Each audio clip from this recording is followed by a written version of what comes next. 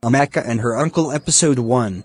Amaka was still very young when her mother took her away to live in the city with her uncle, Mr. Johnson. That night, before traveling to the city to meet Uncle Johnson, Amaka's mother told her to be obedient to her uncle. "Make sure you listen to your uncle," her mother said. "He is a good man. Don't be a disrespectful child. Remember everything I told you and do whatever your uncle tells you to do," Amaka's mother said.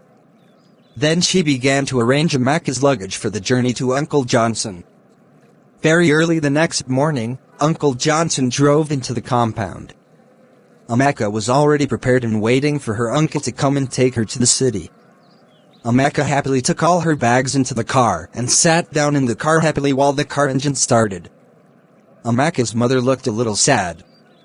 The city was far from the town, which was going to make it impossible for her to see her daughter anytime soon. As Amaka settled into her new life, she began to notice that her uncle's behavior towards her was changing. He would often find excuses to touch her or make her feel uncomfortable. At first, Amaka thought maybe her uncle was just being overly affectionate.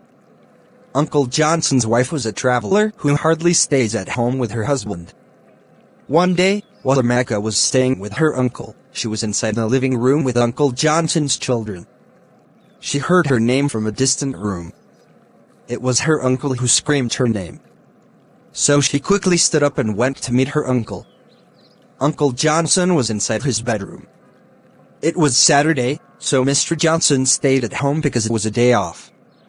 She was instructed by her uncle told to bring a glass of water. Amaka came back to her uncle, holding a glass of water. Then she gave Uncle Johnson the glass of water. Uncle Johnson collected the water and dropped it on the small table closer to his bed. Then he stood up and went to lock the door. As a young girl, Amaka was confused and did not understand why her uncle was locking her up inside his room. He looked at her face anxiously and asked, "Amaka, I want you to give me something." "Uncle, I'm just a young girl, I don't have anything to offer." "Don't worry, you have something," he said. To be continued. Kindly subscribe to the channel, like our videos and comment your opinion. Thanks for watching.